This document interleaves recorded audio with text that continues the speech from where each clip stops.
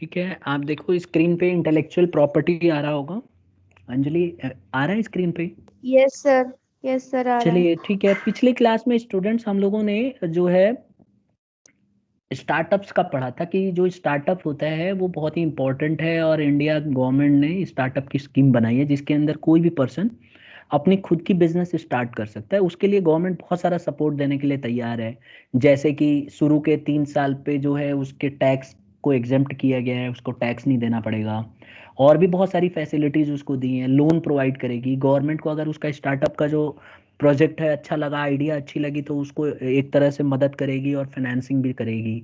और ऐसे बहुत सारे अलग अलग जो हैं फाइनेंशियल इंस्टीट्यूशंस हैं, वो are going to give them help. Okay, तो आज हम पढ़ेंगे इंटेलेक्चुअल प्रॉपर्टी। आपने सुना होगा इंटेलेक्चुअल प्रॉपर्टी राइट्स, आईपीआर कहते हैं इसको।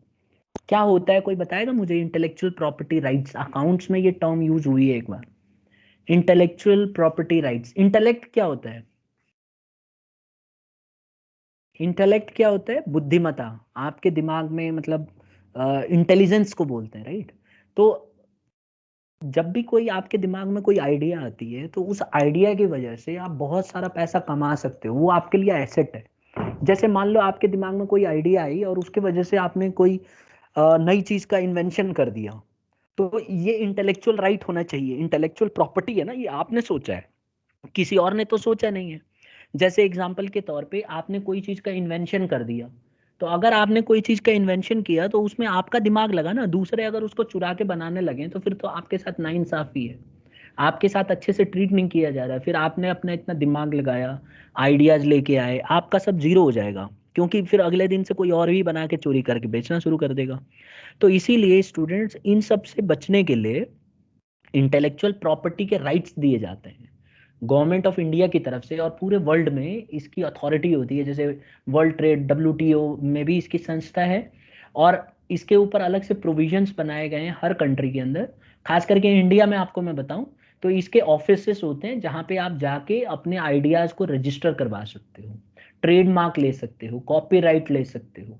तो इन्हीं सबको हम इंटेलेक्चुअल प्रॉपर्टी राइट्स कहते हैं।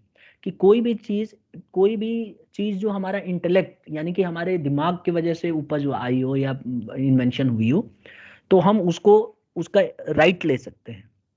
अब देखो इंटेलेक्चुअल प्रॉपर्टी राइट है क्या।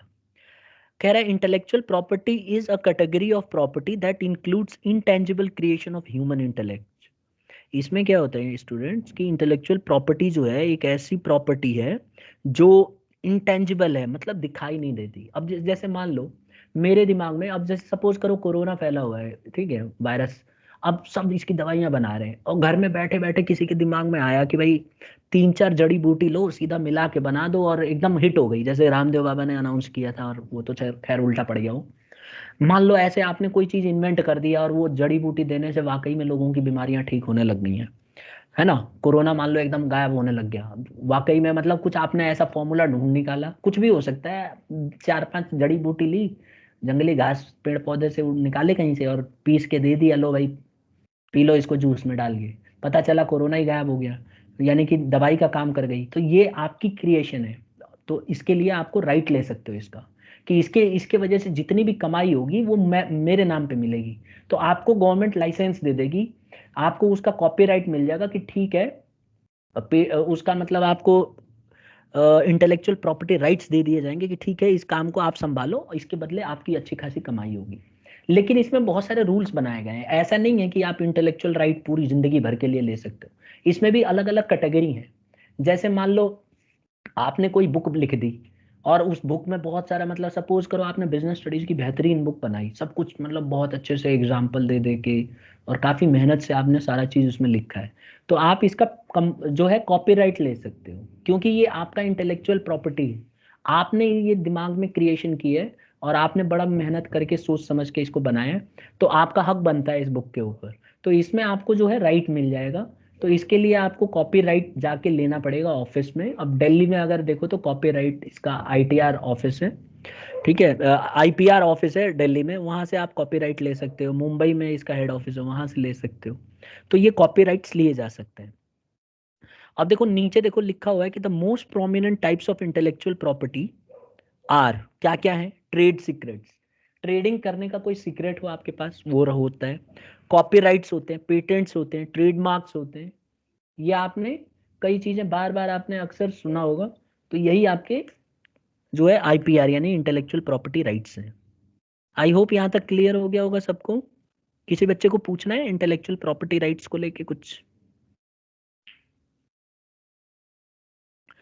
देखो आगे भी देखते हैं। मेरी आवाज आ रही है Anjali? Yes sir.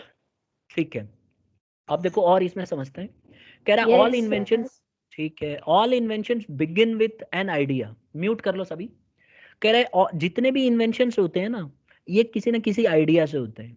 Once the idea become an actual product, that idea is treated as an intellectual property. कोई भी चीज का अगर आप इन्वेंशन करते हो तो आपके दिमाग में कोई ना कोई आइडिया आती है, तभी इन्वेंशन होता है ना? बिना आइडिया आए तो इन्वेंशन होगा नहीं। बल्ब का इन्वेंशन किसने किया?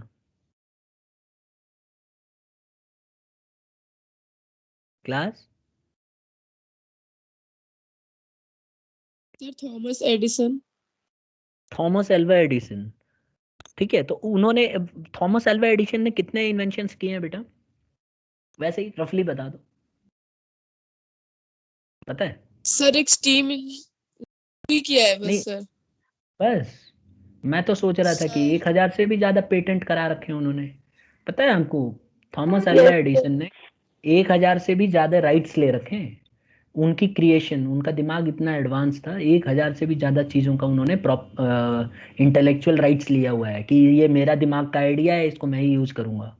ठीक है, और उसके वजह से उनकी कंपनी ने खूब कमाया। जो कंपनी जिसके अंतर्गत वो करते थे काम, बाद में मतलब अब आप ये देख लो कि जो साइंटिस्ट होते हैं ना, वो दिन भर अपना दिमाग लगाते हैं किसी चीज के पीछे। कई बार तो वो कई कई साल लग जाते हैं। जैसे बल्ब का ही ले लो, बल्ब में वो 10,000 से भी ज्यादा बार फेल हुए थे बना बना के।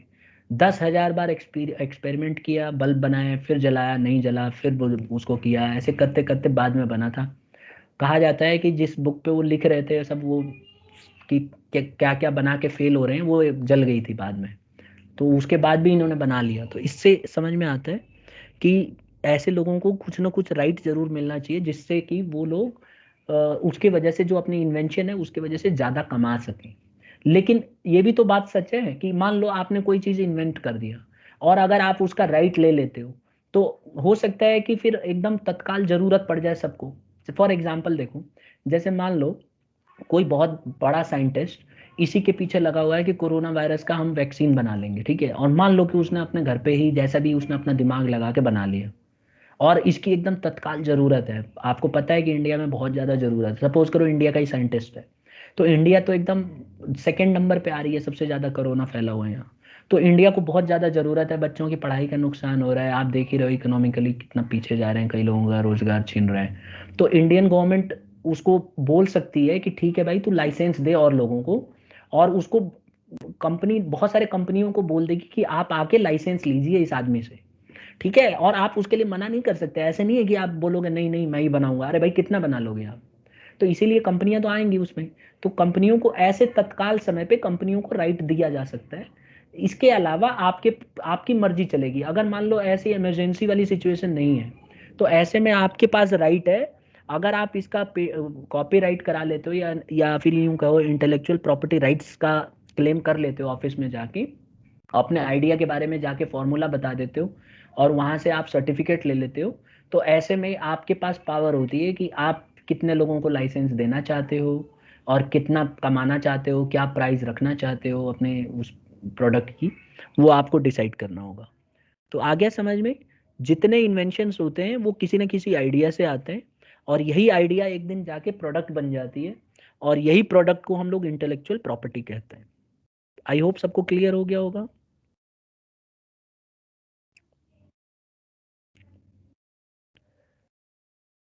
यस ठीक सर। है, ठीक है, अब आगे देखो, कह रहा है कि the legal rights conferred on such products, यानी कि idea is called IPR.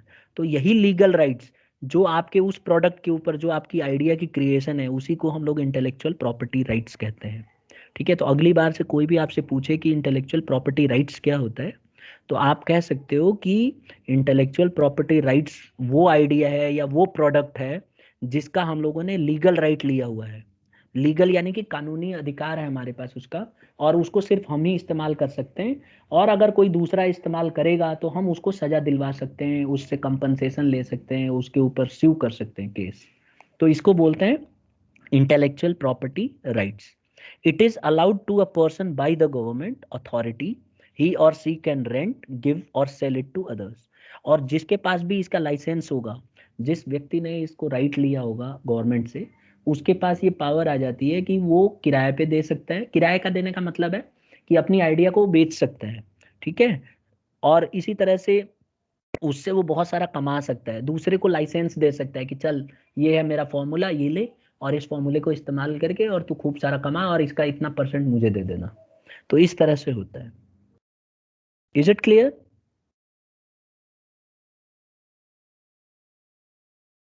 Yes sir.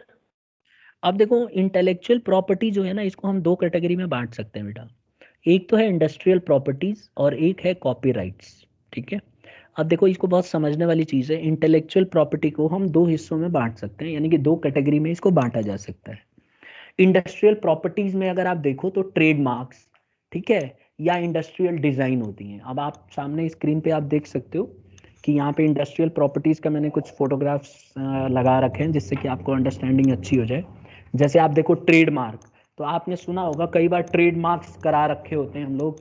और इसी तरह से डिजाइन का भी हम लोग जो है इंटेलेक्चुअल राइट्स ले सकते हैं। डिजाइन में जैसे जैसे पेप्सी देखो, पेप्सी जो है डिजाइन है, इसका पेटेंट करा, इसका जो है डिजाइन का कॉपीराइट, डिजाइन का हम लोगों ने इंटेलेक्चुअल राइट लिया हुआ है। इसी तरह से देख लो मैकडोनल्ड्स, अब देखो लिखा हुआ है ना यहाँ पे, क्या लिखा हुआ है बताया जरा तो क्लास। हाँ, तो यहाँ पे इस तरह से देखो, अब जैसे लिखा हुआ है आई एम लविंग इट, तो ये एक नाम है। अब ये कोई दूसरा यूज नहीं कर सकता। अगर कोई ये चीज यूज करेगा ना, तो इसने इसका पेटेंट करा रखा है, मतलब इसको कॉपीराइट है मैकडोनल्ड का। इसी तरह से बीएमडब्ल्यू का भी ये कॉपीराइट है। एप्पल का देखो डिजाइन कॉपीराइट है। अब ऐसा एप्पल इतना नहीं करा सकते, आप इसमें चेंज कर सकते हो, लेकिन ऐसा नहीं। वोडाफोन में भी देख लो लिखा हुआ है, कॉपीराइट है, ठीक है। पेप्सी का भी कॉपीराइट है। तो ये जो देख रहे हो जितने भी चीजें, ये इंडस्ट्रियल प्रॉपर्टी है, इंडस्ट्रीज की प्रॉपर्टी है। माइक्रोसॉफ्ट की देखो प्रॉपर्टी, ये देख रहे हो स्क्रीन पे, ये इसकी अपनी प्रॉपर्टी है, कोई इसका इस्तेमाल नहीं कर सकता। इसी तरह से कॉपीराइट्स भी होते हैं। कॉपीराइट्स में आप अगर देखो क्या क्या होते हैं, देखो जरा एक बार ध्यान से। लिटररी अगर कोई चीज आप लिखते हो, जैसे मान लो आपने कोई बहुत बढ़िया नोवेल लिखा, या आपने बहुत बढ़िया बुक लिखी, या फिर मान लो आपने कोई आर्टिस्टिक वर्क किया। आर्टिस्टिक वर्क में कुछ भी आ सकता है। जैसे सपोज करो आपने कोई म्यूजिक दिया, या कोई फोटोग्राफ है, या कोई पेंटिंग है, या आपने आर्किटेक्चरल डिजाइन कोई चीज का किया है, तो आप इसका कॉपीराइट करवा सकते हो, ठीक है। जैसे मान लीजिए आपने प्रोजेक्ट का ये जो जमा कर रहे हैं कई बच्चे, इसका आप अगर बहुत बढ़िया बन गया तो आप इसका कॉपीराइट भी ले सकते हो, ठीक है। अगर आपको लगता है कि भाई इससे मैं काफी कमा सकते हैं, तो इसका आप कॉपीराइट के लिए क्लेम कर सकते हो। इसका ऑफिस वहां आपको जाना पड़ेगा, ठीक है, और आप इसका कॉपीराइट के लिए सर क्लेम कर सकते। हाँ, सर जैसे ये डांस इंडिया डांस वगैरह ये सब है, हम्म, बोलो। तो इन सब में अब अगर जैसे जो पार्ट एक पार्टिसिपेंट है उसका ना दूसरे पार्टिसिपेंट ने देख लिया कि ये हाँ बहुत हाँ, अच्छा रिहर्सल कर रहा है और ये हम्म, इस टाइप का डांस करेगा, ये बहुत अच्छा है, हाँ ये मैं करूंगा तो हाँ, मैं जीत जाऊंगा। ठीक और है, अगर उसने उसका डांस मतलब कि जब डांस स्टेज पे कॉपी, सब आए, जब उसने उसका डांस मतलब सबने अपना अपना किया तो उसने उसका डांस कर दिया। अब जब उसकी हाँ, बारी आई तब वो वापस से वो अपना डांस तो नहीं कर सकता, तब वो क्या क्या करेगा, मतलब उस पे देखो कर तो सकते हैं? नहीं कर सकते ना, आपको पहले कॉपीराइट लेना पड़ेगा। जब तक आप कॉपीराइट आपको नहीं मिलेगी तब तक आप उसको कैसे एनफोर्स कर सकते हो? लीगली तो आपके पास अधिकार नहीं है। अब इसका यही तरीका है कि कोई भी चीज का कॉपीराइट लेने से पहले आप सामने वाले बंदे को बताओ ही मत। आप अगर डांस करते हो तो उसको अलाउ ही मत करो। अगर आपको लगता है कि आपके डांस का चोरी कर सकता है, तो जब तक आपने कॉपीराइट नहीं लिया है तब तक तो वो आराम से चोरी कर लेगा, और आप कुछ कर भी नहीं सकते। तो ऐसे में उसके साथ अपने आइडियाज को शेयर मत करो। नहीं तो सर, मैं ये इसीलिए कह रहा देख, हूँ मतलब इन चीजों का भी कॉपीराइट होता है जैसे डांस। हाँ बिल्कुल होता है। मैं वही तो पढ़ा रहा हूँ कि आर्टिस्टिक वर्क, जैसे कि पोएम्स, प्लेज, फिल्म, म्यूजिक, इनका कॉपीराइट होता है। म्यूजिक का कॉपीराइट होता है, समझ रहे हो? म्यूजिक का कॉपीराइट होते हैं। आपको मैं बताऊं, म्यूजिक का कॉपीराइट का एक एग्जांपल देता हूं मैं आपको। अब यार वो मूवी का नाम याद करना पड़ेगा मेरे को। एक मिनट, वो कौन सी मूवी है जिसमें, अब वो याद ही नहीं आ रहा है मुझे वो मूवी का। देखो मैं आपको ऐसे बता देता हूँ, एक ना हॉलीवुड का डायरेक्टर था, वो इंडिया में आया था कॉपीराइट लेने के लिए। वो मूवी जो है अरे उसमें मैं स्टोरी बताऊंगा तो शायद आप लोग पहचान लोगे। उसमें वो डाकू रहते हैं और वो एक गाना है यार, मैं भूल गया, मैं जो भी है, उसके डायरेक्टर के पास आते हैं और उसको बोलते हैं कि सर ये जो म्यूजिक है ना आपका, इस म्यूजिक का 2 मिनट का जो क्लिप है, यही वाली म्यूजिक हम लोग अपने हॉलीवुड में रखना चाहते हैं, थोड़ा सा चेंज करके। और उसके बदले उन्होंने उसे रॉयल्टी दी, पैसे दिए। इसी तरह से इंडिया में देखो, कोई भी हॉलीवुड मूवी है तो उसको आप चुरा नहीं सकते ना। हॉलीवुड मूवी को आप चुरा थोड़ी ना सकते हो, ठीक है। तो अब कई बार देखा होगा, इंडियन जो मूवीज होती हैं कई बार हॉलीवुड की सीधा डिट्टो कॉपी कर लेती हैं उठा के। तो कई बार आपने देखा होगा वो लोग क्लेम यस सर। करते हैं कि ये तो हमारी हमारी आइडिया है, हमारी क्रिएटिविटी है, आपने कैसे चुरा लिया। और इसको फिर फाइन भी लगाते हैं, और फिर इसको जो है इस तरह से कई चीज़ों के ऊपर फाइन लग जाता है। तो ये सब चुराया नहीं जा सकता, ये सब आर्टिस्टिक वर्क है। और जैसे आपने कोई नोवेल लिख दिया, ठीक है, और आपने उसका कॉपीराइट ले लिया, तो दूसरा बंदा आपकी जो कॉपीराइट है, जो नोवेल है, वो आपकी आइडिया को चुरा नहीं सकता। आपसे पहले परमिशन लेगा कि सर आपने जो ये नोवेल लिखा है, इसी के ऊपर मैं एक मूवी बनाने वाला हूँ, तो क्या मैं आपकी जो स्टोरी है, इसकी स्टोरी मैं अपने मूवी में रख सकता हूँ। आप कहोगे कि ठीक है चल रख ले, मुझे ज़्यादा नहीं, मुझे बस 1 करोड़ दे देना। तो वो तैयार हो जाएगा कि ठीक है सर 1 करोड़ ले लो, और आपका जो नोवेल की स्टोरी है मैं अपने मूवी में ये डालूंगा। तो ऐसे में आप अगर तैयार हो जाते हो तब तो कोई इशू नहीं है। और आपसे बिना पूछे अगर उसने मूवी बना दी और आपको पता चल गया, तो आप उसके ऊपर स्यू कर सकते हो केस। और अगर आपने उसे स्यू कर दिया केस, तो उसको फिर पैसे आपको देने पड़ेंगे, हो सकता है डबल पेनल्टी लगे उसके ऊपर। मेरी बात क्लियर है? Yes sir. और सर कॉपीराइट मतलब कि मैं आज गया, आज ही हो जाएगा, उसी टाइम कॉपीराइट हो जाएगा, नहीं बेटा, टाइम? दुख, नहीं नहीं, बहुत टाइम लगता है। लेकिन उसमें क्या होता है कि आप अगर कॉपीराइट लेते हो या ट्रेडमार्क लेते हो या पेटेंट कराते हो, तो ऐसे में आपको जो है, जिस दिन आप एप्लीकेशन डालोगे ऑफिस में, उस दिन एप्लीकेशन वो लोग ले लेंगे, और उसके बाद आपके पास पावर आ जाएगी टीएम लिखने का। आपने देखा होगा कई प्रोडक्ट के ऊपर ऐसे लिखा रहता है, देखो अगर कहीं मुझे दिख जाता है तो मैं बताता हूँ आपको। यस एक सर। मिनट, मैं ढूंढ रहा हूँ कहीं मिल जाए बाई कीबोर्ड चांस। पे भी आता है सर। ये देखो, ये वर्ड लिखा रहता है ट्रेडमार्क। कई बार आपने देखा होगा बुक्स के ऊपर लिखा रहता है ट्रेडमार्क, है ना। जैसे कोई प्रोडक्ट रहता है, उसमें सर्कल करके ऊपर ब्रैकेट में गोल सर्कल में टीएम लिखा रहेगा। तो ट्रेडमार्क या कॉपीराइट, अगर ये चीज लिखा रहेगा, तो इसका मतलब है कि ट्रेडमार्क अगर लिखा हुआ है ब्रैकेट में, तो इसका मतलब है कि आपने अप्लाई किया है लेकिन अभी तक आपको मिला नहीं है। और अगर आर लिखा होगा ना ब्रैकेट उसमें सर्कल में, तो इसका मतलब रजिस्टर्ड हो। तो आप उसका कोई दूसरा यूज तब तक नहीं कर सकता जब तक आप उसको अलाउ नहीं करोगे। आप पहले ही रजिस्टर करवा लेते हो सेफ्टी के लिए। आ गया समझ में?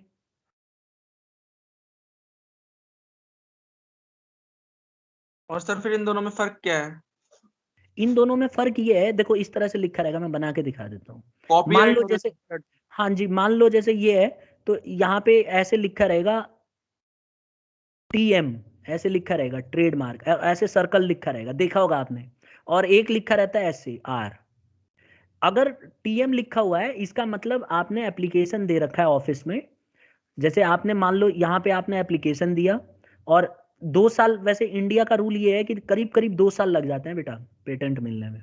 तो आपने एप्लीकेशन दिया इस तारीख को, 1 अप्रैल को दिया 2000 में, 2020 में, तो आपको लग जाएगा करीब करीब 1 अप्रैल 2022। करीब करीब मैं बता रहा हूँ, इतना बहुत टाइम लग रहा है, इसको सही करना चाहिए इंडियन गवर्नमेंट को। अभी देखो, इसके बीच में जो टाइम पीरियड है ना, इसमें आप ये वाला वर्ड यूज कर सकते हो टीएम, समझ गए। और अगर आपको रजिस्टर हो गया तो ये आर यूज करोगे, और आर हो गया तो आपके पास लीगल राइट आ जाता है कि आप सर फिर मैं ये उसके कह रहा हूँ कि ये जो सी है, ये वाला गोल वाला, हाँ ये भी हाँ, लिखा रहता है क्या कहीं पे? नहीं ये तो कॉपीराइट का सिंबल है। तो सर मैं इसमें और रजिस्टर्ड में पूछ रहा था। ऐसे है ना, रजिस्टर्ड में जब आपको रजिस्ट्रेशन हो गया और आपको गवर्नमेंट की तरफ से सर्टिफिकेट मिल गया, तो उसमें आर हो जाता है, यानी कि आप रजिस्टर्ड हो। और सी तो बेटा एक खाली सिंबल है जो कॉपीराइट को दिखाता है कि आपके पास कॉपीराइट है इसका। Okay sir. अब देखो नेक्स्ट आ जाता है हमारा इंसेंटिव। इसका इंपॉर्टेंस क्या है? ठीक है, इसका इंपॉर्टेंस अगर आप देखो, इंपॉर्टेंस ऑफ आईपीआर का है कि इट इंसेंटिव इन्वेस्टर्स, ये ना इंसेंटिव देता है इन्वेस्टर्स को जिन्होंने पैसे लगाए हैं, ऑथर्स, क्रिएटर्स, इनको एक तरह से इंसेंटिव मिलता है कि भाई तुझे ज्यादा पैसा दिया जाएगा इसके बदले, क्योंकि तूने अपना दिमाग लगाया। तीसरा इसका एक फायदा ये भी है कि प्रिवेंट लॉस ऑफ इनकम। अब क्या होता है कि जैसे मान लो आपने कोई दिमाग लगाया, आप लोगों ने कोई चीज बनाई, क्रिएटिविटी की, और उसका फायदा कोई और उठा ले जाए तो इसमें आपका नुकसान है। तो अगर आप इंटेलेक्चुअल प्रॉपर्टी राइट्स लेते हो तो आपको इसके बदले इनकम एक्स्ट्रा मिलेगी। और ये जो जिसने भी इन्वेंट किया है, कोई भी चीज़ जो इन्वेंट किया है, उसको अपने राइट्स को बेचने की परमिशन मिल जाती है और उससे वो बहुत सारा पैसा कमा सकता है। अब जैसे मान लो एस्ट्राजेनेका, ठीक है, इसी तरह से फाइजर है या मॉडर्ना है, ये जितनी भी कंपनियां वैक्सीन की हैं, अब देखो कितना कमा रही हैं। इनके पास पेटेंट है। इन्होंने क्या किया था, आपको याद होगा न्यूज में आया था कि इन्होंने पेटेंट के लिए अप्लाई कर दिया था, पहले ही बनने से पहले ही अप्लाई कर दिया, इतने उस्ताद हैं ये, क्योंकि इनकी आइडिया कोई दूसरा चुरा सकता है। अब आप ये देखो फाइजर कितने कई देशों में, यूके में, अमेरिका में, यूरोपियन के सारे कंट्री में, जर्मनी, इटली, सब इसकी डिमांड कर रहे हैं। तो ये कुछ नहीं तो खरबों रुपए कमाएगी। तो ये सारे के सारे राइट्स इसके पास हैं। अब ये दूसरों को लाइसेंस दे सकती है, बाहर की दूसरी कंपनियों को लाइसेंस दे सकती है और अपने फॉर्मूले दे सकती है कि ये लो मेरा फॉर्मूला है, इससे इतनी दवाइयां बनाओ और मेरे को एक दवाई के ऊपर 500 रुपए या 1000 रुपए एक्स्ट्रा कमीशन चाहिए। तो इस तरह से कर देते हैं। आ गया समझ में? तो इससे क्या होता है, इनकम होती है बहुत ज्यादा, इसीलिए इसको एसेट माना गया है। एक है रिकॉग्निशन, ऑथर्स को ना ये रिकॉग्निशन देता है। जैसे मान लीजिए टीएस ग्रेवाल है, तो टीएस ग्रेवाल जी तो उनकी तो डेथ हो चुकी है, हो गई है कि नहीं? आप जो टीएस ग्रेवाल अकाउंट्स की पढ़ते हो, टीएस ग्रेवाल सर की तो डेथ हो गई है। अब उनके बेटे हैं जीएस ग्रेवाल सर, आप देखना नेट पे जीएस ग्रेवाल, आप बुक में देखना आज, बल्कि जीएस ग्रेवाल सर, वो उनके सन है जीएस ग्रेवाल। तो ये उनके नाम से बुक बना रहे हैं। अब इसके भी रूल है बेटा, ये कॉपीराइट है, देखना आज पहला पेज पलट के देखना अकाउंट्स की, कॉपीराइट लिखा हुआ है उसमें। इस बुक ने क्या किया है, कॉपीराइट लिया हुआ है कि इसके अंदर जो भी हमारा कंटेंट है कोई दूसरा नहीं चुरा सकता, सेम कंटेंट। ठीक है, तो इसके कॉपीराइट्स के कुछ रूल्स होते हैं कि जैसे आप जो कोई भी चीज लिख रहे हो, जैसे मीनिंग लिख रहे हो या कोई चीज को एक्सप्लेन कर रहे हो या कोई एग्जांपल दे रहे हो, तो हमारा वाला एग्जांपल आप चोरी नहीं कर सकते, और अगर आप चोरी करते हो तो हमसे पहले परमिशन लोगे। ठीक है, तो परमिशन लेंगे तो चोरी थोड़ी ना कहलाएगी। और अगर कोई ऐसा करता हुआ पाया गया और इस बात की इंफॉर्मेशन एच.एस. ग्रेवाल सर को पता चल गई, तो वो उसको स्यू कर सकते हैं कि तूने मेरे आइडियाज क्यों चुराए, तूने मेरे से परमिशन क्यों नहीं लिया। और कोर्ट में केस चलेगा और वो हारेगा तो जीएस ग्रेवाल सर को बहुत सारा कंपनसेशन देना पड़ेगा। फिर कंपनसेशन कोर्ट ये बोलती है इसकी कितनी बुक बिकी है, कितना इसने कमाया, उसका 10 गुना ज्यादा पैसा इसको दो। तो ऐसे करके जो है लीगल राइट्स होते हैं। ठीक है, आगे बात समझ में? क्योंकि अगर आप मान लो टीएस ग्रेवाल की बुक के जितने भी नोट्स हैं, अगर आप इसकी फोटोकॉपी करा के बाइंड अप करा लो और इसको बेचना शुरू कर दो मार्केट में आधे रेट में, तो फिर तो आप ही की सब लेगा ना बुक। तो जैसे ही ऐसे करोगे तो आपके ऊपर केस फाइल हो जाएगी, और जिस पब्लिशर ने आपके फोटोकॉपी को छापा होगा वो भी फंसेगा और आप भी फंसोगे। तो इसीलिए कोई तैयारी नहीं होगा छापने के लिए पब्लिशर, क्योंकि उनको पता है कि ये कॉपीराइट है और इसको हम ऐसा कर नहीं सकते। ठीक है, आ गया समझ में? इससे क्या होता है, रिकॉग्निशन मिलता है। जिस आदमी ने कोई भी चीज का कॉपीराइट लिया है उसका नाम हो जाता है और उसको सब लोग जानते हैं। आज आज की डेट में हम टीएस ग्रेवाल सर को इसलिए जानते हैं क्योंकि उन्होंने बहुत पहले बुक छापी थी। और जो कॉपीराइट है ना, इसके रूल्स बहुत अच्छे अच्छे हैं। जैसे कॉपीराइट का रूल ये कहता है कि अगर आपने कोई बुक लिखी या कोई नॉवेल लिखा, तो उसके ऊपर आपका कॉपीराइट अगर आपने उसे करा लिया उस बुक का, तो वो बुक आपको जिंदगी भर के लिए कॉपीराइट मिलता है। एक तो लाइफ टाइम, जब तक आप जिंदा रहोगे तब तक आपको उसका कॉपीराइट रहेगा।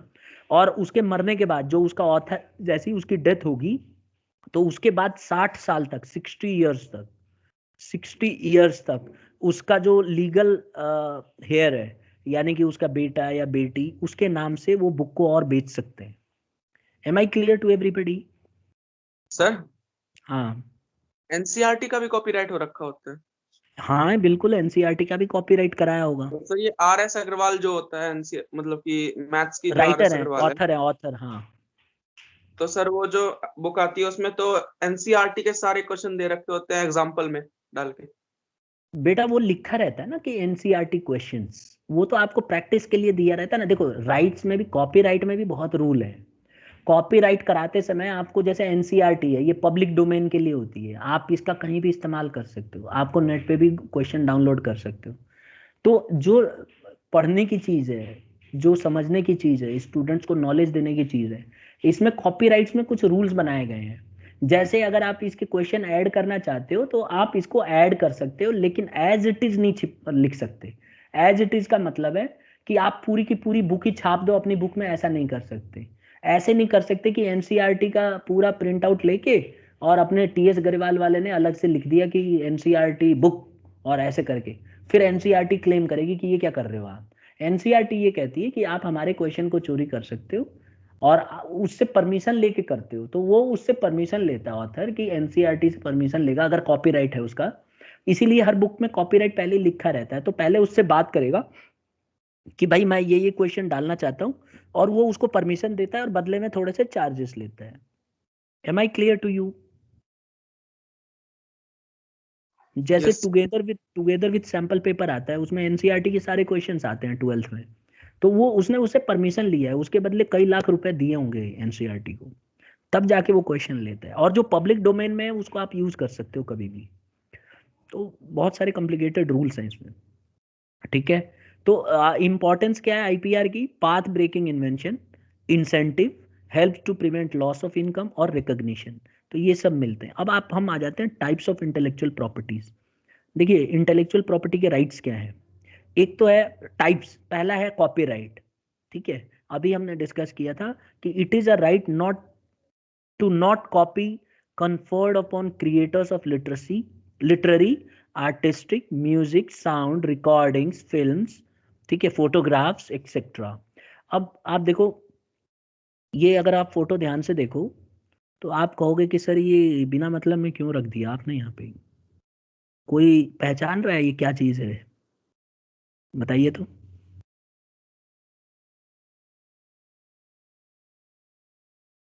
स्टूडेंट्स, मेरी आवाज आ रही है? बंदर है सर ये तो। बंदर है, बहुत बढ़िया पहचाना आपने। कौन सी प्रजाति है? नहीं पता। एप्स। चिंपैंजी। चिंपैंजी। चिंपांजी तो नहीं है बेटा, ये है तो बंदर ही ठीक है। एप्स है सर, एप्स। अच्छा चलो ठीक है, वो सब छोड़ो, मैं इसको क्यों रखा है वो बताता हूँ, ठीक है, शायद आपको समझने में और मदद मिले। ओरंगुटन तो नहीं है? देखो इसके ऊपर काफी केस हुआ है और इसका फैसला 2019 में आया है, और इसके ऊपर इतना झगड़ा हुआ कि आप सोच भी नहीं सकते। कॉपीराइट में बताया गया है एक जगह कि कॉपीराइट सिर्फ और सिर्फ ह्यूमन बींग ले सकते हैं। क्या जानवर कॉपीराइट ले सकते हैं? तो आंसर है नहीं, जानवर कॉपीराइट नहीं ले सकते। तो एक जो ये डिस्कवरी चैनल पे आप देखते होगे ना, ये जो रहते हैं फोटोग्राफर्स, इसी तरह का एक फोटोग्राफर थे। वो क्या हुआ, वो अपनी कंपनी के लिए जिसके लिए काम करते थे, वो गए यहाँ पे इंडोनेशिया। तो इंडोनेशिया जब वो गए तो उन्होंने फोटो खींचना था, इस बंदर के लिए ही गए थे बेसिकली, कि इसका वो फोटो खींचना चाहते थे। अब हुआ क्या, गलती से उनका कैमरा, जो भी रीजन हो, उनका कहना यह है कि गलती से मतलब वो ध्यान नहीं दिया उन्होंने, वहीं छूट गया वो। तो जब वो दोबारा उनको याद आया कि यार कैमरा तो वहीं रह गया मेरा, तो जब वो आए तो वो कैमरा, जब उसमें फोटोग्राफ मिला हुआ था, और इसी बंदर ने सेल्फी ले ली थी अपनी गलती से। पता है ना आपको, बंदर क्रिएटिव होते हैं। अब उसने देखा भाई कैमरा पड़ा हुआ है, कुछ अनलॉक था वो, फटाफट उसमें से सेल्फी निकाल ली उसने, धड़ाधड़ दबा दिया सब। कई सारे फोटोग्राफ्स आ गए, वो ऑटोमेटेड रहता है पता ही है उनका। तो ये फोटो उसका आ गया। अब क्या किया, इस फोटो को, वहाँ की एक मैगजीन है यूके की, उसने इसको छाप दिया इस फोटो को। और ये फोटो को छाप के उसने बोला कि इसके ऊपर हमारा कॉपीराइट है। उन्होंने बोला कि ये फोटो का हमारा कॉपीराइट है, कोई भी मैगजीन, अगर ये पहली सेल्फी है जो किसी बंदर ने ली है इस प्रजाति के, तो अगर इसकी कोई फोटो अगर अपने अखबार में या कहीं भी मैगजीन में या टीवी में दिखाना चाहता है तो हमसे पहले परमिशन लेगा, ठीक है। तो इसमें क्या हुआ, एक संस्था है दूसरी, ये जानवरों की संस्थाएं होती है ना, उसने इनके ऊपर केस कर दिया कंपनी के ऊपर। उसने बोला कि आप ऐसे नहीं कर सकते, ये जानवर की फोटो है, इस पे हमारा राइट है, हम लोगों ने पहले ही से राइट लिया हुआ है। आपस में इनका झगड़ा हो गया। ठीक है, ये बात चली गई कोर्ट में। तो कोर्ट ने ये फैसला सुनाया कि देखो ये जो फोटो है ये बंदर ने लिया है, और कॉपीराइट का रूल ये कहता है कि अगर ये आपकी इन्वेंशन है, आपने इस आर्टिस्टिक काम को किया, तभी आप कॉपीराइट ले सकते हो। तो मैगजीन को कहा गया कि आप इसका कॉपीराइट नहीं ले सकते। पहली बात तो ये, क्योंकि ये आपका आर्ट नहीं है, ये तो बंदर ने फोटो खींचा है, और बंदर का कॉपीराइट हो नहीं सकता। तो इसीलिए उसको कॉपीराइट देने से मना कर दिया, और इस पे इतने साल केस चला है कि अमेरिका तक को इसमें आना पड़ गया। और अमेरिका की कोर्ट ने अभी हाल में ही फैसला सुनाया है इसका, अगस्त में, कि अगस्त में सुनाया था फैसला कि भाई इसको मतलब एक तरह से इंटरमीडियरी वो बीच में आके उन्होंने बीच बचाव किया। उसने बोला ठीक है, जो मैगजीन की कंपनी थी उसको बोला ठीक है भाई देख, एक काम कर, इससे जो भी कमाई हो रही है ना, इस कमाई का 50% हिस्सा इंडोनेशिया गवर्नमेंट को दे दो, और इस बंदर की जो प्रजाति है जो इनकी देख रेख करने के लिए रखी गई है उसके ऊपर खर्च किए जाएंगे, और आधा पैसा आप यूज कर लो। तो इसको आप इसका राइट ले सकते हो। ठीक है, तब इस कंडीशन में उनको ये राइट दिया गया है। हाँ सर जी लेकिन बोलिए। कॉपीराइट देख, अब बेटा क्या हुआ ना कि मैं वही जब तो बता रहा हूँ फोटोग्राफर शुरू। ने, सर जब हाँ, मतलब बोलो बोलो। सर जब फोटोग्राफर की जो, सर आपकी जो आवाज कट रही है। फोटोग्राफर की कंपनी, फोटोग्राफर की कंपनी ने सर जब कॉपीराइट ले लिया था, तब उस मैगजीन की कंपनी ने कैसे लिया वापस से? चेक नहीं किया उन लोगों ने नहीं कि नहीं, कॉपीराइट? मैं बता तो रहा हूँ कि कॉपीराइट उसको दिया ही नहीं हाई कोर्ट ने वहां की। ये तो बाद में परमिशन दी है अमेरिका की कोर्ट ने, इंटरनेशनल कोर्ट जो होती है उसने इसको परमिशन दे दी एक कंडीशन पे कि देखो आप रूल्स को वायलेट नहीं कर सकते, आपको कॉपीराइट नहीं मिलेगा तो बंदर थोड़ी ना आएगा बेटा कॉपीराइट लेने। अब ये हुआ कि चलो बंदरों का भी फायदा हो जाएगा और मैगजीन का भी फायदा हो जाएगा, तो बीच बचाव करके काम निकल गया। तो आप ये समझ सकते हो कि जब तक आप कॉपीराइट नहीं लोगे उसका इस्तेमाल नहीं कर सकते आप। कुल मिला के मेरे बताने का फायदा ये था कि कॉपीराइट जो है ह्यूमन बीइंग ही ले सकता है, कोई जानवर नहीं ले सकता। और कॉपीराइट लेने के लिए लोग करोड़ों रुपए खर्च कर सकते हैं। उस मैगजीन ने करोड़ों रुपए खर्च कर दिए थे, वकील को हायर किया, केस लड़ी और लास्ट में हार भी गई।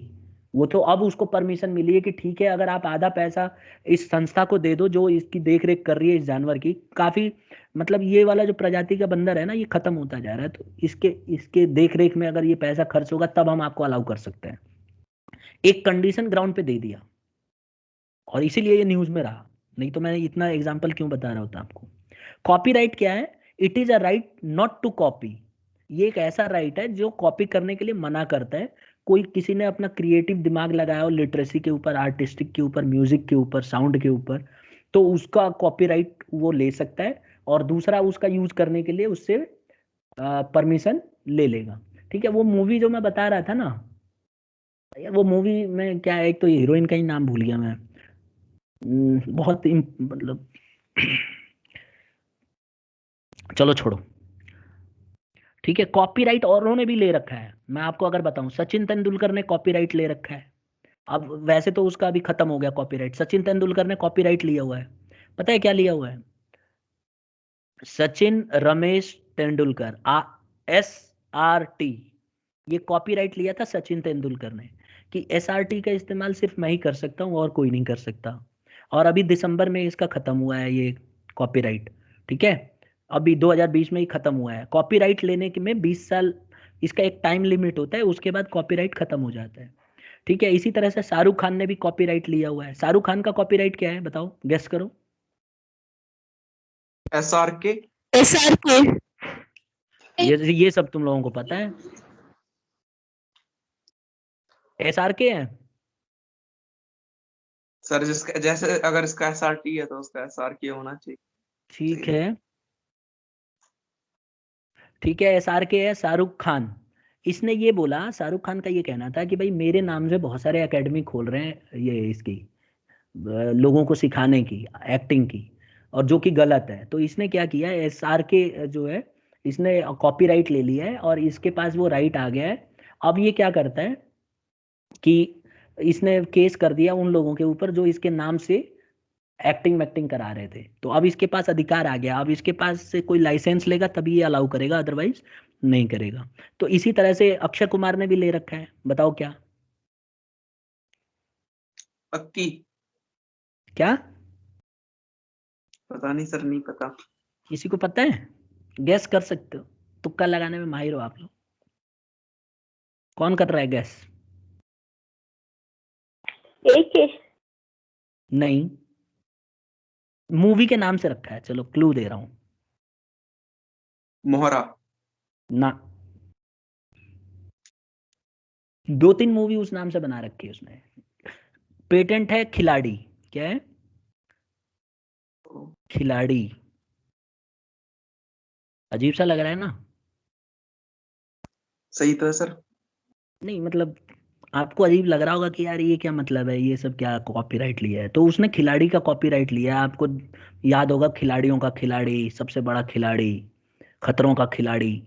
तो उसका पेटेंट ले लिया इसने कि अब कोई जब अगर कोई नाम रखेगा तो इससे पहले परमिशन लेगा। ठीक है, तो इस तरह से ये लोग अपने राइट्स ले लेते हैं। फिर आ जाता है ट्रेडमार्क। ट्रेडमार्क क्या होता है? कोई भी वर्ड हो सकता है, देखिए ध्यान रखना। ट्रेडमार्क बेटा कोई भी वर्ड हो सकता है, वर्ड, कोई भी नाम हो सकता है, ठीक है, कोई भी सिंबल हो सकता है जो किसी सामान को या किसी सर्विस को एक आइडेंटिटी देता हो। ठीक है, कुछ भी हो सकता है। अब जैसे वर्ड है तो मान लो रेनल्ड्स, रेनल्ड्स। तो रेनल्ड्स देखो, आप देखा होगा रेनल्ड्स पेन पे आपने रेड कलर का वो लिखा रहता है रेनल्ड्स। ये वर्ड है, इसका ट्रेडमार्क लिया हुआ रेनल्ड्स कंपनी ने। नाम है जैसे एप्पल, एप्पल कंपनी का ट्रेडमार्क लिया हुआ किसने? एप्पल कंपनी ने। इसी तरह से सिंबल हो सकता है। सिंबल में क्या है? जैसे एप्पल का बना हुआ आप देखोगे डिजाइन, वो हो सकता है। तो ये सब जो है ट्रेडमार्क होते हैं। ठीक है, और आपको ट्रेडमार्क अगर आपने करा रखा है तो उसका इस्तेमाल सिर्फ आप ही कर सकते हो, दूसरा नहीं कर सकता। सर और अगर उस, हाँ सर मार्केट में ना जैसे एडिडास है, तो एडिडास कंपनी का वो दे रखा है, जैसे ABIDAS। हाँ। और हाँ फिर लेनोवो है तो उसका लेनेवो है, मतलब हाँ, ओ की जगह E लगा दिया बीच में। देखो सुनो तो मैं सर ये बताऊं सब आप। मतलब कमा रही हैं। नहीं कमा रही हैं तो अगर देखो सुनो, पहली बात तो ये है कि जब राइट लिया जाता है ना तो उसके रूल्स होते हैं। जैसे आपने अपना नाम का राइट ले लिया, तो आपका अगर वर्ड जो है अगर उससे मिलता जुलता कोई वर्ड बना रहा है और उसकी प्रोनाउंसिएशन एक जैसे हो रही है, तो आप उसके ऊपर स्यू कर सकते हो। इसमें रूल ये बनाया गया है कि जैसे मान लो आप ही के नाम का कोई इस्तेमाल कर रहा है, जैसे एडिडास कंपनी के जूते हैं, बहुत पॉपुलर है ना, ब्रांड है। अब अगर कोई एडिडास नाम से कोई दूसरा लोकल जूते बेच रहा है और एडिडास को लग रहा है कि यार मेरे ब्रांड की बदनामी हो रही है, खराबी बेच रहा है, ये मेरा नाम खराब करेगा, तो वो उसके ऊपर केस फाइल कर सकता है। तो वहां का जो रजिस्टर्ड ऑफिस है वहां, अगर वो ऑब्जेक्शन कर देता है कि भाई ये वाली कंपनी मेरे नाम से बना रही है, इसको बंद किया जाए, तो ऐसे में जो जो उसका बोर्ड होगा वहां से एक नोटिस जाएगा उस कंपनी के पास कि भाई आप इस नाम का इस्तेमाल क्यों कर रहे हो, इससे तो उसकी बदनामी हो रही है, और आपके ऊपर वो स्यू करेगा, आपको इतना कंपनसेशन देना पड़ेगा, और आपने उससे परमिशन भी नहीं ली। तो ऐसे में उसको बंद कर सकता है, और 6 महीने के अंदर अंदर, मैंने बताया था ना आपको, उसको नाम को चेंज कराना पड़ेगा। तो इसीलिए, और उसका पूरा रेपुटेशन खराब हो जाएगी। लेकिन अगर कंपनी को कोई फर्क नहीं पड़ता, कई बार क्या होता है ना, लोकल ब्रांड, आप देखो, एक बात बताओ, एडिडास कहीं रोड के ऊपर दुकान वाला बेच रहा होता है एडिडास के जूते? मुझे बताओ। नहीं सर। क्योंकि सबको पता है कि एडिडास के जूते जो है शोरूम में ही मिलेंगे। एडिडास के जूते ये थोड़ी ना है कि कोई भी रिक्शा वाला बेचना शुरू कर देगा।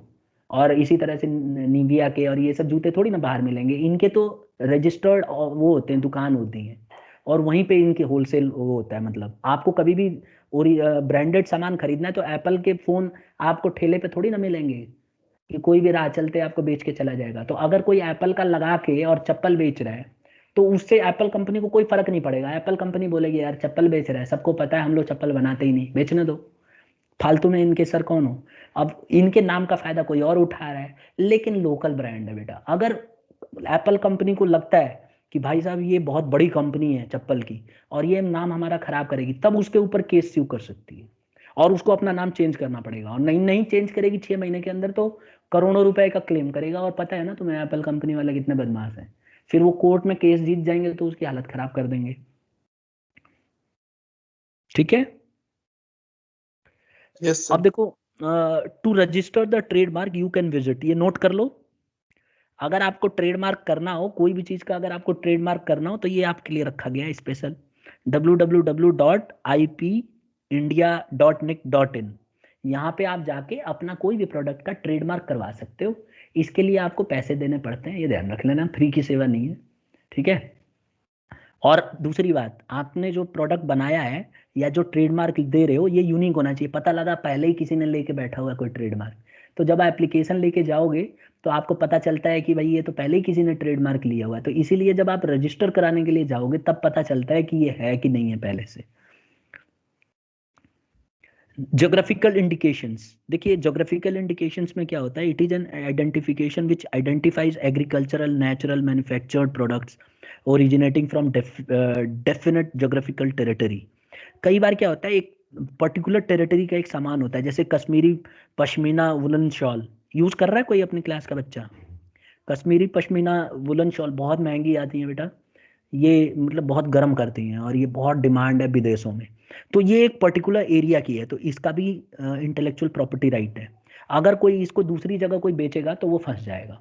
इसी तरह से अपने पंजाब में ये बासमती राइस है, तो बासमती राइस आप पर्टिकुलर इंडिया ने कॉपीराइट लिया हुआ है, इसका geographical indication intellectual property right ले रखा है। अभी 1 साल पहले की बात है, अभी क्या हुआ, ये कंपनी जो अपनी इंडिया वाली कंपनी है ना, ये अपने प्रोडक्ट बहुत सारे यूरोपियन कंट्री में बेचती है। बासमती राइस मतलब अच्छे क्वालिटी का, जो 800 1000 रुपए किलो वाला चावल है, ये विदेशों में बेचते हैं हम लोग। और हम लोगों ने उसको पेटेंट करा रखा है, इंडिया वालों ने पेटेंट करा रखा है बासमती राइस नाम से।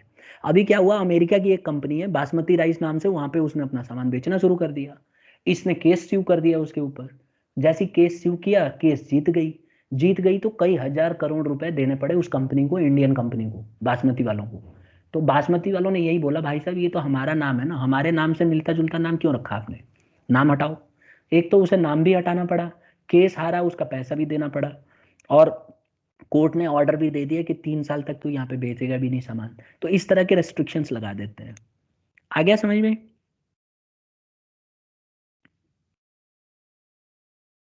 Yes, sir. नेक्स्ट है पेटेंट। देखिए, it is an extensive right guaranteed bye the government. Patent क्या होता है, एक राइट है जो कि गवर्नमेंट ने ग्रांट किया है, जिससे कि कोई दूसरा आदमी इसका यूज ना करे, इन्वेंशन ना करे। ज्यादातर ये इन्वेंशन में होता है।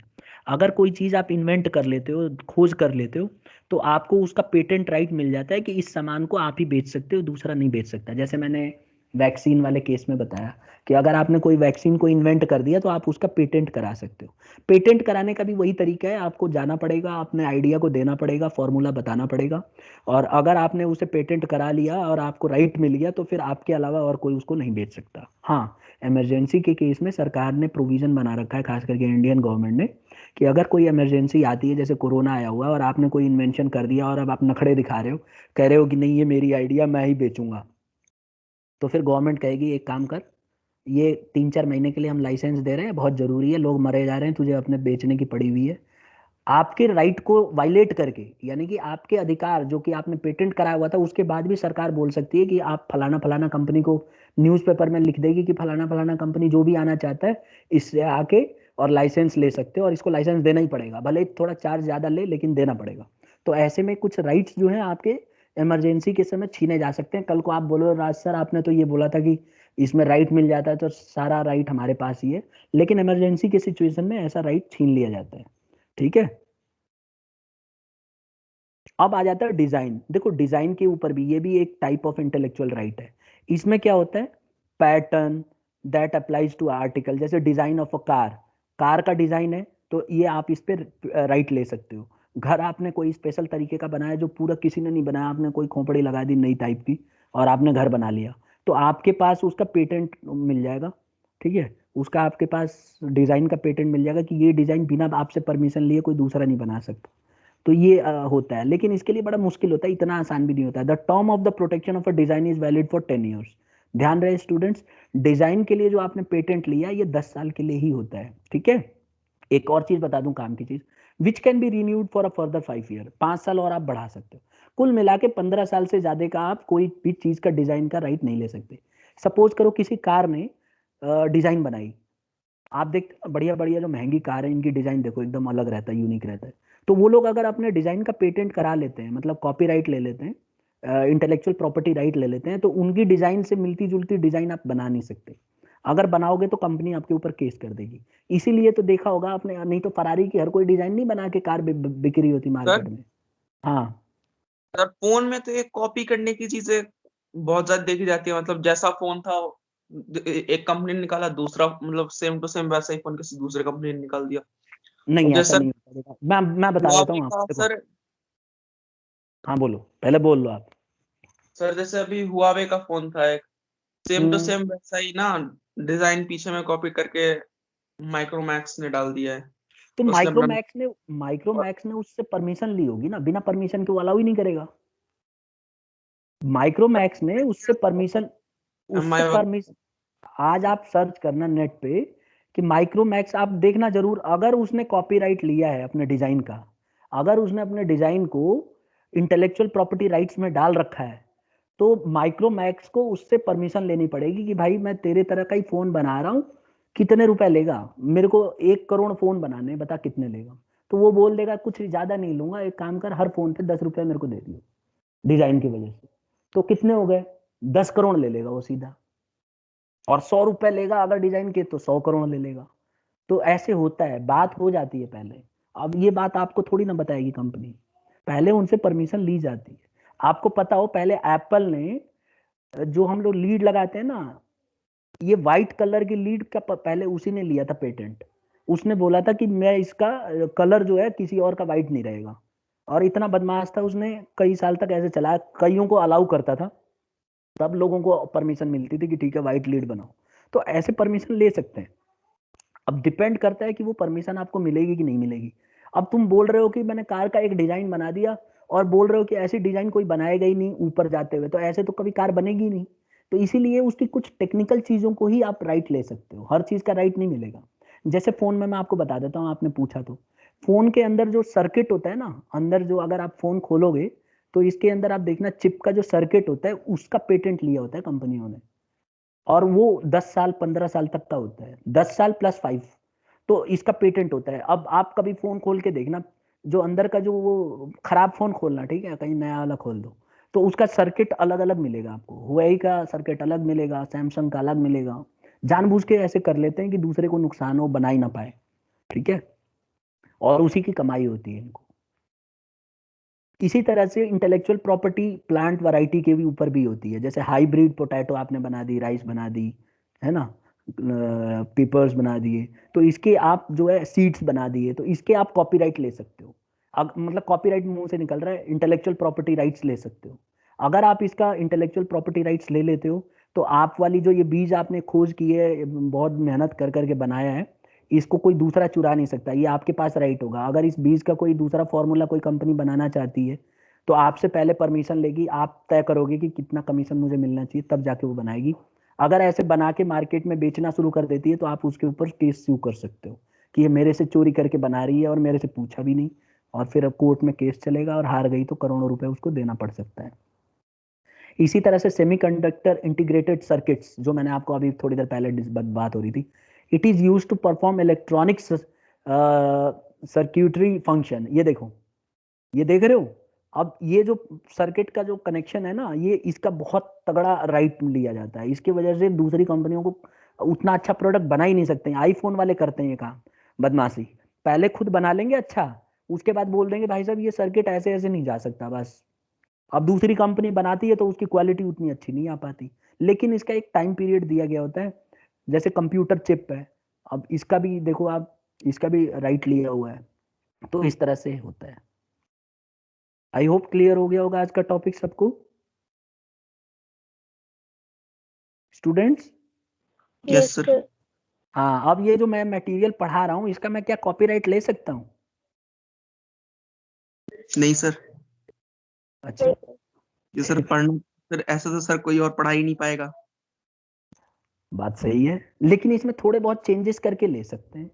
क्यों नहीं पढ़ा पाएगा? उसमें कंडीशन ये रहेगी कि आपको अगर कोई मांगता है तो आपको परमिशन देनी पड़ेगी, और इससे ज्यादा कमीशन नहीं लोगे। देखो बेसिकली क्या होता है ना, पढ़ाई का जो मटेरियल होता है, पढ़ाई के मटेरियल में अगर आपने कोई अपना दिमाग लगाया है, कोई अपनी चीज पढ़ाने का तरीका बनाया, तो उस तरीके से हट के पढ़ा सकता है, लेकिन रिटन कंटेंट वो यूज कर सकता है। लेकिन बेटा इसके ऊपर भी कंडीशन है, जैसे मान लो टीएस ग्रेवाल की आप फोटोकॉपी पूरी बुक की नहीं करा सकते, लेकिन इंडिया में करा लेते हैं लोग। अब कम अगर जो दुकान वाला है अगर उसकी नकली बुक कोई बना के बेचेगा तो उसका तो नुकसान हो रहा है, तब तो वो क्लेम कर सकता है। लेकिन उसका मटेरियल हैंड रिटन, हाथ से कोई बच्चा नोट्स लिख रहा है, अपना खुद बैठ के टाइप करके नोट्स बना रहा है, तो उसको अलाउ कर दिया जाता है। ठीक है, लेकिन अगर किसी ने डिट्टो नोवेली पूरी स्टोरी उठा के अपनी लिख दी और उससे 100 रुपए सस्ता कर दिया और मार्केट में सर्कुलेट कर दी बुक, तो फिर उसको उसके ऊपर तो केस बनता है, क्योंकि आपने इतनी मेहनत से दिमाग लगा के एक स्टोरी की नोवेल लिखी, और आपका नोवेल चुराने में कितना मिनट लगता है। आपकी बुक खरीदी और अपना टाइप करके और नई बुक बना दी फोटोग्राफ के साथ और आधा रेट पे कर दिया, तो फिर कितना भयंकर नुकसान होगा। तो इसीलिए जानबूझ के पेटेंट इसे ऐसी चीजों को कॉपीराइट दिया गया है और होना चाहिए।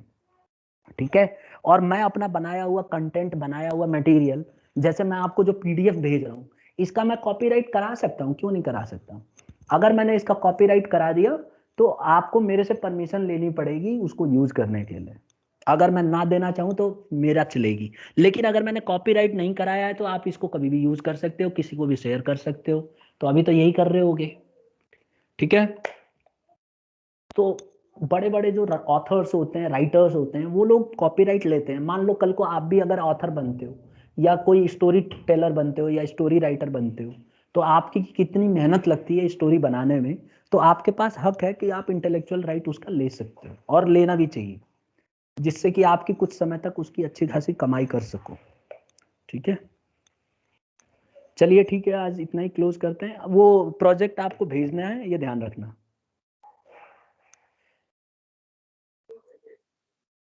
सर संडे से पहले भेज देना, संडे। हाँ हाँ जी, संडे तक।